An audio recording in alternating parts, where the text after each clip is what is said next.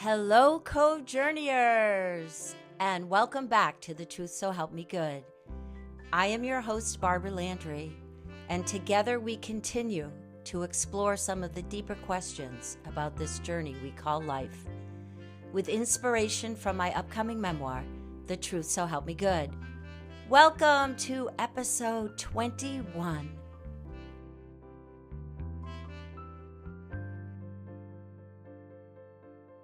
Today I have the privilege to be speaking with a man from whom I have learned so much. Originally from Honduras, he made the arduous journey to come to America when he was 12 years old. He is a talented singer and songwriter, activist, advocate, teacher, and a voice for change and for hope. Most recently, he has been visiting college campuses around the country to share his story and his music. He currently lives in Nashville with his wife Liza and their daughter Isadora. We are so fortunate to have him with us today, and it is with great pride and gratitude that I introduce to you my son-in-law, Gustavo Guerrero Moradel. Welcome, Hi, everybody. Gustavo. Thank you. What a lovely introduction. Thank you for having me. I am so excited to have you here. Thank you for being here. You know, Gustavo, it was actually you who suggested that I start this podcast almost exactly a year ago. Yeah, hard to believe. As you know, at its core, this podcast is inspired by memoir and the importance of each of our stories. And Gustavo, your story is so powerful, and it offers listeners an opportunity to learn and understand what it means to be an immigrant in this country. Can you begin by telling us about your life in Honduras? Yes, absolutely. I'm honored to be here. Thank you for thinking of me, and thank you for having me in your lovely podcast, which I have to say I'm a big fan of it. And I've been hearing the podcast, listening to the podcast since season one. And so it's a joy to be a part of it now. Yes, my life in Honduras feels like it was a long time ago. And it was. I left Honduras in 2006 and I was born in 1992. So from 1992 till 2006, I spent uh, my life in Honduras. And it was a quite simple life. It had things that I love as a kid, things that brought me so much joy, and I automatically think of the dirt roads in the little town where I was born. It's called Jutiquile Olancho, and I think of the hills and the mountains that surround the small town. I think of my bicycle. I think of my first toy. I think of my little piano keyboard that my parents had sent me because they moved to the U.S. A few years before I moved here, and so it was a really easy living kind of situation where we would go to church probably 3 times a week. I grew up Pentecostal, and so a lot of Pentecostal churches they do church a lot, and I used to play drums in the church that I went to, and it was a lovely lifestyle that I had with my aunt and uncle who raised me as my parents. When my parents left, I believe I was about 6, 7 years old, and I was left with my aunt and my uncle who pretty much became my parents from then on. And can you tell us a little bit about why your parents left Honduras? I've been asking the same question for years. Can you tell me? No, I think it had to do with many, many reasons, not just the economical or the financial piece that many immigrants are forced to leave their country because of the need of money. But I think that was a major part. But primarily, I believe the opportunities my parents were having as teachers were running short. There was not a lot of work for them in Honduras. If you are a teacher, you have to start from working in remote towns, like in remote places where you can only get to via horses and walking for days. And my parents, when they started teaching, they were given an assignment in a small remote town in the mountains called Patuca, and they would have to go by horse and walk for many days in order to make I don't know, like $15 per month or something like that. And so it was really difficult for them to see a future in Honduras as teachers. It was difficult for them to see a life that would be successful, if not a life that could at least pay the bills and bring some money in month to month. And so I think the financial piece was a reason why they moved here into the US, but also looking for new opportunities and better chances of prospering as a family. And what were the circumstances that caused you to leave? I always tell people I didn't want to leave Honduras. I didn't want to come to the US, but I was 12 years old. It was beyond my choosing. My parents decided to bring me here for obvious reasons. They wanted to be together and they wanted to raise us in the US. And so unexpectedly at one afternoon they called us in Honduras and they told us the news that the next day we were going to take this trip to the US, and I had no idea what it meant. I thought I was coming by airplane, honestly, when they first told me. And they told me that my sister and I and my grandmother, that we were all going to take this journey into Guatemala, eventually into Mexico, and then eventually into the southern border. And I was not happy about it. Come, you master so war, you that built all the guns, you that built the death plane. So you had little or no notice. You left the next day? Yes, no notice at all. I mean, I've asked my parents before why they didn't give me a notice, but I guess it was to make it easier for me to say goodbye to my friends and to my family. But also this trip, you never know if you can even make it. So a lot of people, what they do is that they don't say anything to the town or to the friends or the small circle, because you never know if you can make it to the US or be deported back into Honduras. And so there's no point in telling people. You can only tell people until you make it across the border. Wow. Wow. So tell us about that trip. What was that like for you? How long do we have? I'm just kidding. No, the trip was traumatic for a 12-year-old, as you can imagine. I know that a lot of people don't really think about this, but someone who comes from any other country that's not Mexico, we typically have to cross other borders illegally as well. So it's not just the southern border, but we had to cross for Honduran immigrants. The first challenge is crossing Guatemala. It's not as difficult as crossing Mexico, of course, but when you cross Guatemala, you have to find ways to make sure that the Guatemalan government doesn't know that you are traveling towards the US. So you have to find subtle ways to get through the country, which involves crossing rivers, dangerous rivers, I should say, countryside, being snuck into different cities or towns, and eventually making your way through the Mexican and Guatemalan border. Something I recall from Guatemala specifically is that they gave us a bracelet, and I have been telling this story in the colleges and universities.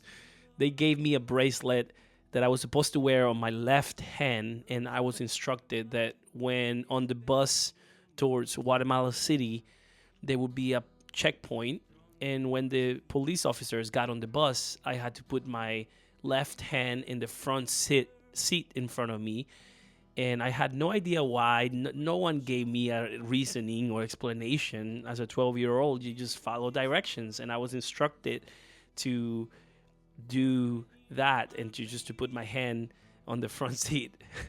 And now I understand it was basically the way that the coyotes or the human traffickers were paying a ransom and with the Guatemalan government, and the ransom had been paid, and the way to display that was by a bracelet, so almost like cattle that was being moved and was already paid for.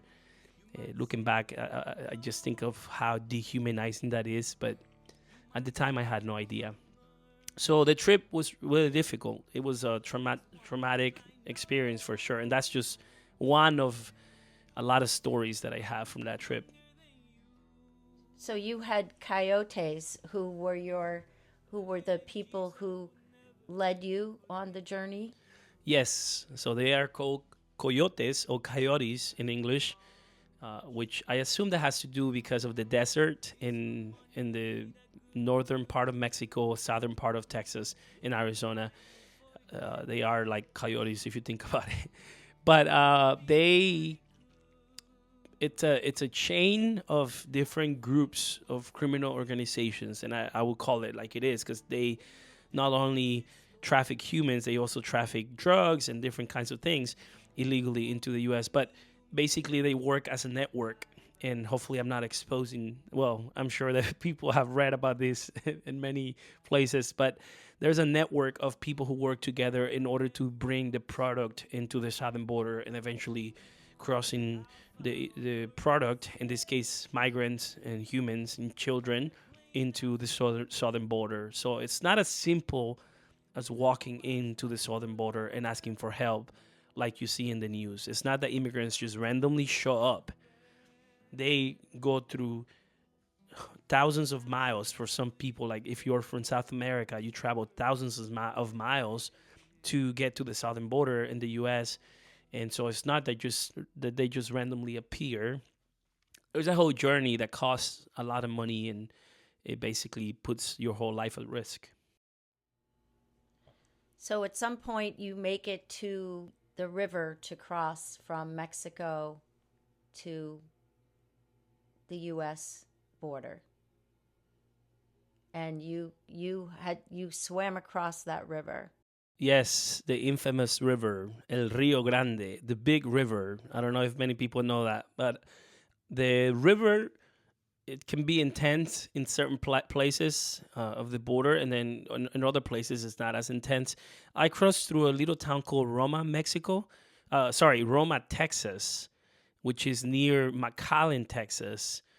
And the portion of the river that we crossed was really deep, and so we had to float and swim at times, and we had to make sure that I remember I was instructed to swing, swing, swing until you get to the other side. That's just something they kept repeating. You had to swim until you get to the other side. So that was on my mind as helicopters were flying around me and dogs barking and officers and border patrol agents were waiting for me as if they were waiting for a prey to get caught. And at that time, everything that was going through my mind still remains till this day, because that's when I realized what really was happening. Now I know, breaking federal law. I was crossing a man-made border that is not even 200 years old, by the way, which if you think about it. So I was crossing this border, imaginary line, into a whole new life. And I was doing something that humans have been doing for hundreds, if not millions of years. And I was taking a part of it in a sacred act of migrating, which is something that we have been doing for a long time, believe it or not. Yes. Yes. So what happened when you arrived on land? So at the time, President Bush had, I don't know if it was an executive order, but there was something that was happening at the time which allowed some migrants to come. If they reach American soil, they would be given the opportunity to have a court date that eventually you could prove if you were good enough to stay in the U.S. But honestly, at this point of my journey, a lot of things went blurred in my mind, and I don't remember as much as I wish I did, but I know that there was a certain moments where I got lost in the desert and eventually was found, and crossing the river was just the first step. Eventually, I ended up in a prison cell or in a temporary holding cell that you've probably seen on the news. Is the one where they give you aluminum foil blankets and you see a bunch of kids and you see the parents in a different cage and you see the children in different cages, and that's where I was placed, and while they were processing my case. And I should mention I was extremely hungry, extremely cold, extremely afraid, and they something that still bothers me till this day, but they put the AC so low, and I'm sure there's reasons for that, that you cannot even stay still. It's difficult to just stand still because it's so cold in those cells that where they hold migrants. And so that's something that I still remember, feeling so cold as someone who didn't grow up with air conditioning. Not because I grew up in a hut, by the way, like many people think, oh, you didn't have air conditioning, but it was actually because the climate in Honduras was perfect. You didn't need air conditioning. It was a good climate. You know, it never got above 75 for most of the year. So, but anyways, that's something that I just keep remembering from that experience. So eventually you make your way to Myrtle Beach where your parents were living. Is that right? Yes. So part of the story that often I don't share this often, but basically, when I crossed the border, I thought I was coming to my parents' house. I thought they live in the border. At the time, I didn't know how vast Texas is, let alone how vast the U.S. is. Because you got to think about this. Honduras is probably as big as West Virginia. Like Honduras, it's not a big country. So when you come into a country that extends like thousands of miles from west to the east, I had no idea as a kid that I still was a long way from home. I still was a 3-day journey via a Greyhound bus that would take me all the way to Conway, South Carolina, and eventually to my parents. So this is a part of the story that I haven't shared, but I will share it with you. When we were let go of the Border Patrol prison cell, whatever it's called, the holding place, the processing place, when we were let go, we were given not a status, by the way, it's not a freebie. It was just a date to come back into a judge with a judge in Atlanta and appeal our case and prove that we were good enough to stay in the country, or that we were able to provide some kind of positive thing in order for the judge to approve our stay.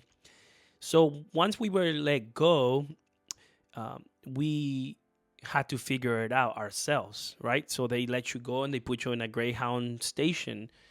And at the time, remember in 2006, kids normally didn't have cell phones, right? So I didn't have a cell phone with me. My grandma didn't have a cell phone with her. So we had to find a way to contact our parents because they had no idea that we had been let go. They were expecting news. Either we were deported or either we were allowed to come into the country for a few months to appeal our case. So we had to find a public cell phone. I had memorized my mom's phone number, and we had to let them know, hey, we are at a bus station. And I had no idea that we were in McAllen. I had no idea what that meant. I just thought they were going to come in a car and picked us up, you know. So it was really frustrating to know, oh, we were still 3 days from home. And so my probably worst memory of that time in that Greyhound station was that we had no money, and I had to ask for money to a stranger. This was the first time I did that in my life. And actually, it's the only time that I have asked for money without providing the service, obviously. So I was the one between my sister and I. My sister was 8 years old, by the way, and my grandma, she couldn't write or read, and so it was difficult for her to do anything. So I was the one that typically took action, and I remember asking this Texan man for money, and he gave me $5. And with those $5, we were able to make a phone call. via the public cell phone that you put coins on. I don't know if your younger listeners remember that. And I called my mother and let her know that we were in the Greyhound station. And eventually they figured out a way to get in touch with someone who they knew that lived in McAllen, that picked us up and had us in their house. And I still remember this as one of my favorite memories of the trip was this lady and her husband who welcomed us in McAllen. It was someone that they like. My parents knew someone, the uncle and aunt of an uncle and aunt of some stranger that was from Jutiquile, Olancho. So because of that connection, we were able to stay with this lady who guided us and who bought the tickets for us to get to South Carolina via the Greyhound train or bus.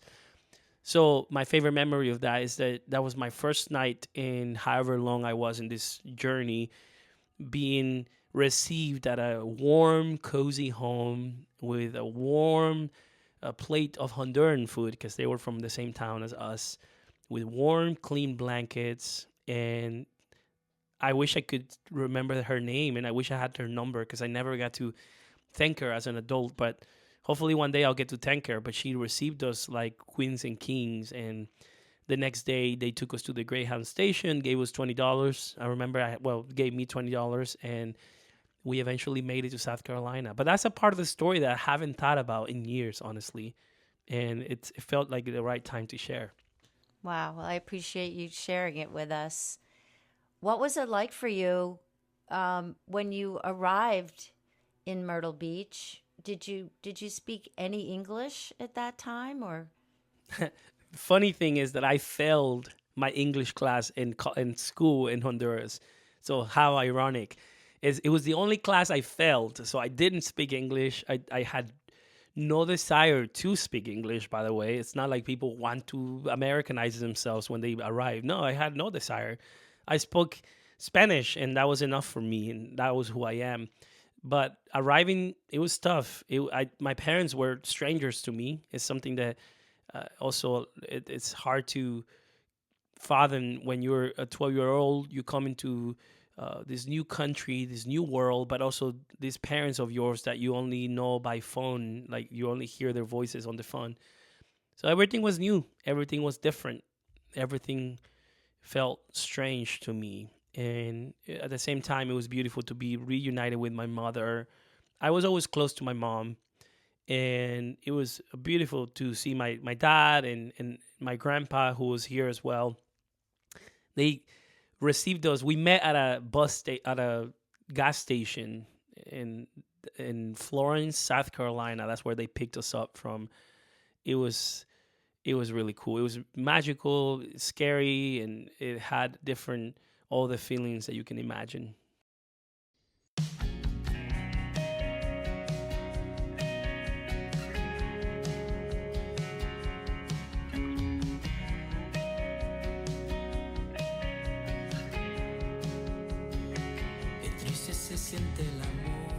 What were some of the challenges being a 12-year-old boy and finding yourself here in the U.S. with a new life?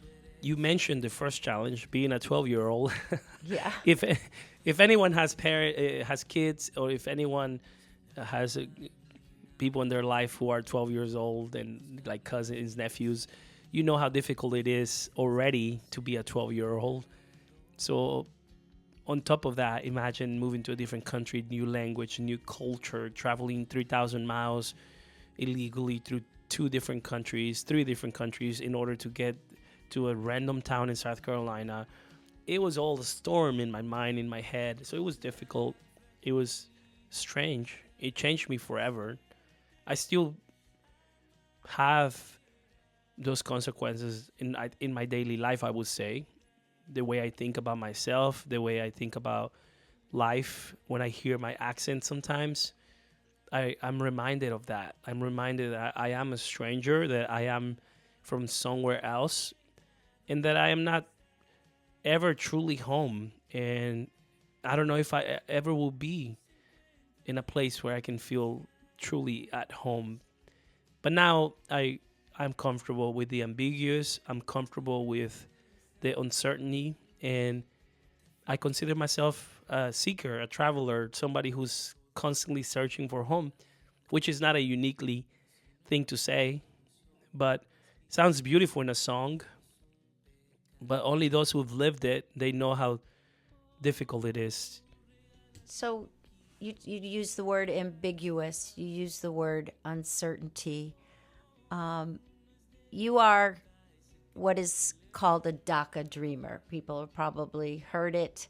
Not sure how many people really understand what that means or have any personal experience with it. Can you tell us, Gustavo, about what it means to be a DACA dreamer, and maybe talk more about the things being ambiguous and things being uncertain? What does that mean for you? Absolutely. DACA stands for Deferred Action for Childhood Arrivals. So it's an executive order that President Obama passed in 2012 that basically gave a way for kids who were brought here in a certain timeline for them not to be deported. So it's a deferred action. So it's putting you aside on standby until we figure something out. What that allows is that it gives you a work permit that lasts 2 years, and it allows you to work, to get a driver's license, and it allows you to have a social security number, a temporary social security number, and they ensure that you know it's temporary because it's stamped on big font on your social security. And also my driver's license has a big temporary stamp, which I used to hate. Now I like it because it reminds me of how temporary life is.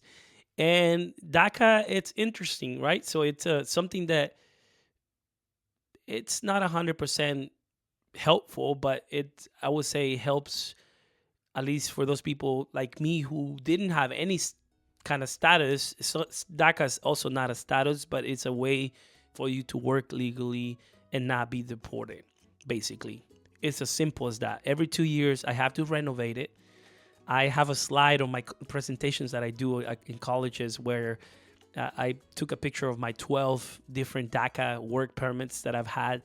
And you have to, by the way, you have to go through an extensive background check. You have to be either in school or in college. You have to not have any DUIs or any felonies. You have to be the cleanest that you can ever be. And you have to be exceptional in order to be approved. So it's not a freebie. It's not citizenship. It doesn't allow you to vote. There's not a path to citizenship either. It's not a green card. It's a deferred action for people who were brought here as kids.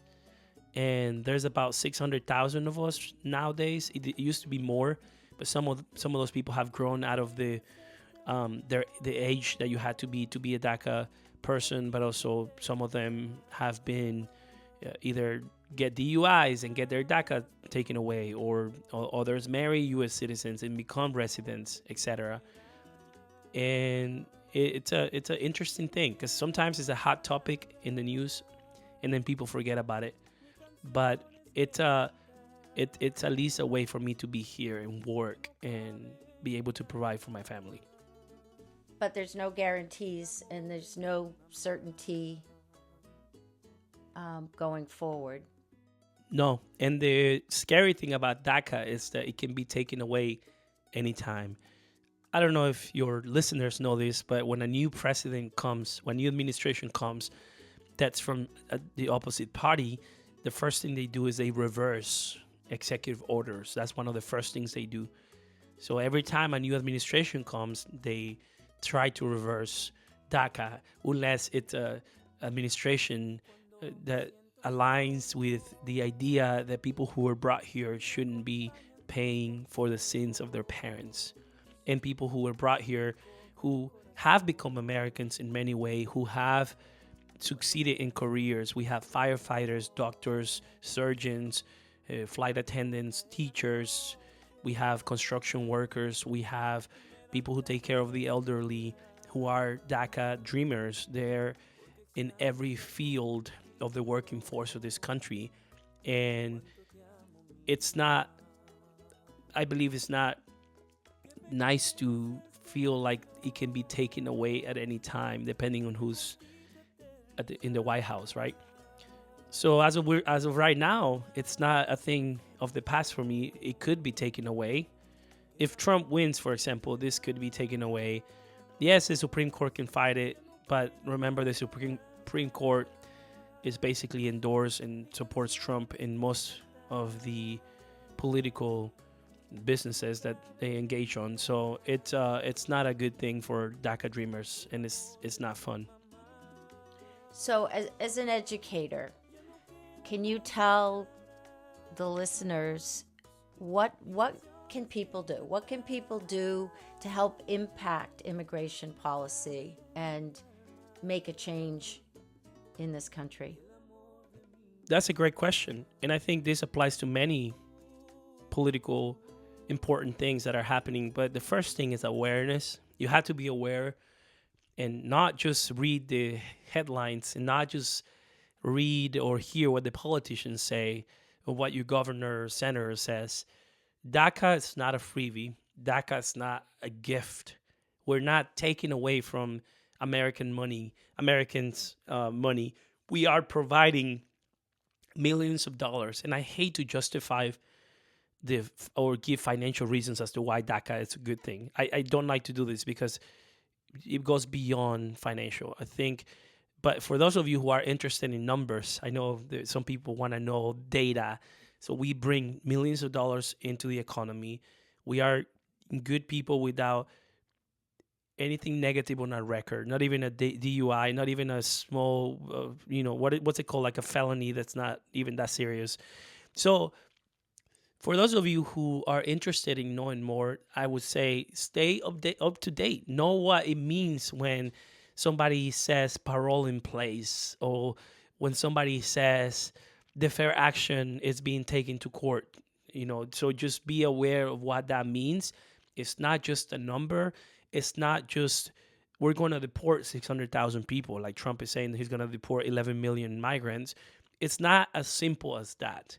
First of all, you're going to pay for it if he does that, and it's billions of dollars. So let me just give you that point.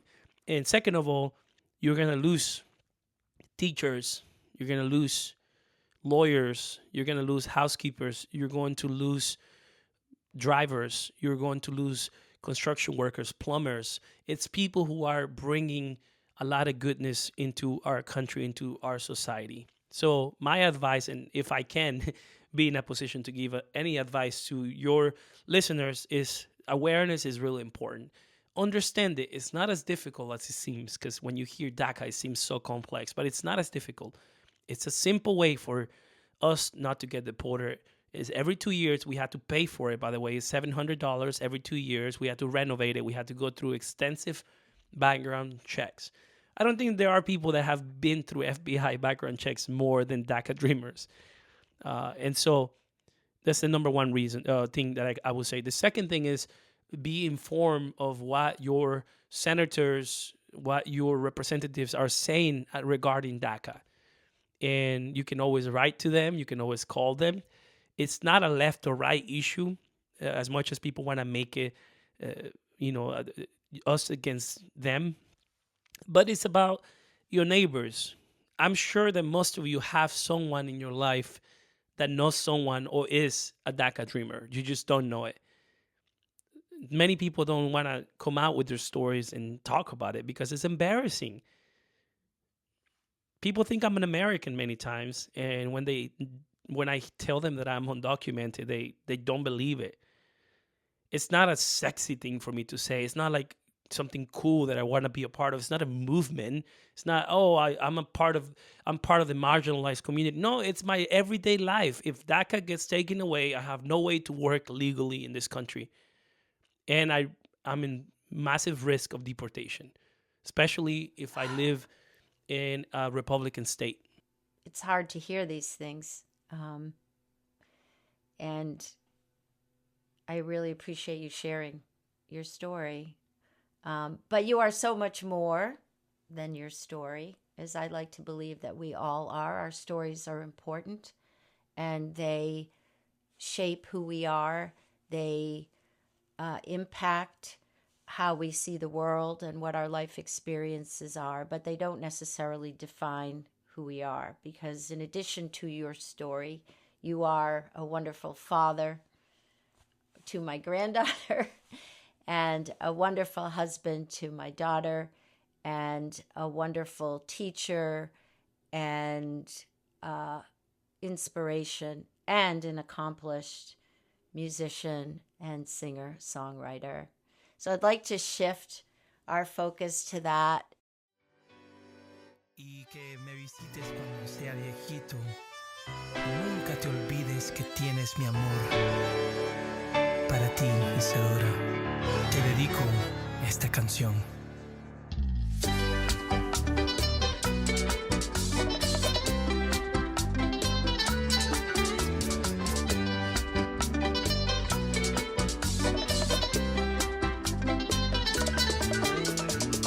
Es tan hermoso tenerte bien cerquitita de mí, llevarte siempre en mi mente, saber que eres para mí. No me queda de otra que darte el corazón. How have these experiences that you've just shared with us impacted your music? That's a great question. And thank you for the lovely reminder that we are so much more. We are so much more than our scars and so much more than our stories. So much more because we are a small part in an infinite universe that it's constantly changing. It shows up in my music in many ways because the topics that I like to write about, it's the constant desire of home, which is something that a lot of writers and creators constantly write about. It influences my music in the way that I bring Honduran folk or Latin American folk into my songs, because growing away from home has made me appreciate home even more, whatever that means, right? Honduras, Latin America, as a Hispanic, I feel more Hispanic than ever being in the US. And it might be because I didn't grow up in Latin America. It might be because I grew up away from it. We tend to want what we don't have, right? And I know there are people in Latin America who wish they were in the US, and I understand how complex that is. But it influences us in every single way, like it or not, right? Consciously or unconsciously, you are constantly influenced by your lived experience. That's who we are. It's what makes us who we are. And it's what makes us humans. Well, would you be willing to share some of your music with us today? Absolutely. Well, thank you so much for asking and for having me today. It's been a joy. I want to share a song that I wrote in 2016. I haven't sang this song in a while. No, I don't mind at all. But I was Love thinking it. this you. morning, what song should I do? And I think there's nothing more that I wanted to sing than this song because I wrote it from a perspective of 2016, around this time of the year. I don't know if you remember what was happening then, but it was when Donald Trump was elected, and I was so afraid of just everything being taken away from me. I was so afraid that things were going to go south, and they did in many ways, but thankfully DACA remained. He tried to take it away for many times. And so I wrote this song as a desire for better times, better days. All right.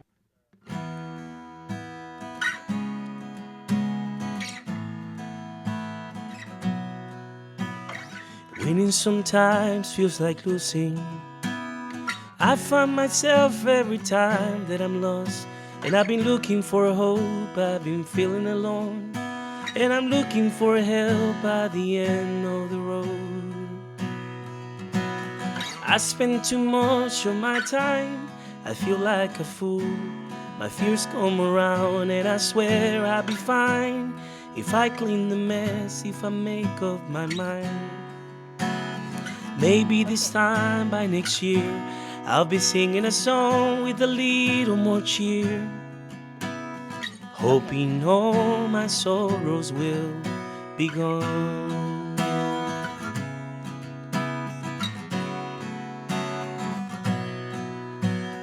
I'm trying hard to ignore it. I look away, but I think it's inside. In the depths of my mind, it's a fortress of lies, and it feels like I'm losing the fight. I spend too much of my time, I feel like a fool. My fears come around and I swear I'll be fine if I clean the mess, if I make up my mind. Maybe this time by next year I'll be singing a song with a little more cheer, hoping all my sorrows will be gone, hoping all my sorrows will be gone, hoping all my sorrows will be gone.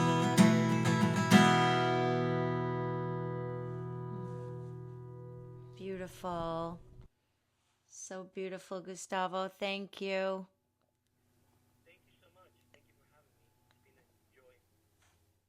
Well, we're not done yet. Because you, in addition to being a singer-songwriter, you also have written a lot of poetry. Are you prepared to share any of that with us? A day without immigrants. It's a bitter and salty day. It's a silent day without melodies, without the hard work of the humble construction worker who rests midday. A day without immigrants. It's 24 hours that have become ruins. It's a nation without its working hand. It's a song with lyrics that don't rhyme. It's a dirty house without someone to clean it. It's the factories without people who can work them. A day without immigrants are the fields of tobacco and tomato without the farm workers that have to be working under the abuse, under the heat of the sun, and with pay that is not enough. A day without immigrants is the Statue of Liberty that cries, is the city of New York without its taxi driver that gets sad and that yearns for a better world. It's the schools without teachers that won't be there to inspire the youth. It's a restaurant full of people without a cook in the kitchen. A day without immigrants is the nightmare of every North American. Are the hospitals in Florida without surgeons, or the streets in Nebraska that don't inspire? It's the state of Texas without the farm workers. It's a silent day, a day without immigrants. That's part of the poem. It makes more sense in Spanish, but I hope that it makes sense to you listeners. It does make sense to me, and I would appreciate hearing it in Spanish. Yes, actually, it's much better in Spanish. It rhymes more too. Okay, I'm gonna read it in Spanish. Un día sin inmigrantes es un día amargo y salado, es un día silencioso y sin melodía, sin el arduo trabajo de un humilde constructor que descansa al mediodía. Un día sin inmigrantes son 24 horas convertidas en ruina. Es una nación sin su mano de obra, una canción con letra que no rima. Una casa sucia y sin nadie quien la limpie, fábricas de humo sin nada que fabriquen. Un día sin inmigrantes son los campos de tabaco y tomate, sin campesinos que aguanten el abuso, el calor del sol y un pago que no baste. Un día sin inmigrantes es la Estatua de la Libertad que llora, es la ciudad de Nueva York sin su taxista que entristece y añora. Son las escuelas sin maestros para que a jóvenes inspiren, un restaurante lleno de gente sin nadie que cocine. Un día sin inmigrantes es la pesadilla de todo norteamericano. Son los hospitales en la Florida sin ningún cirujano.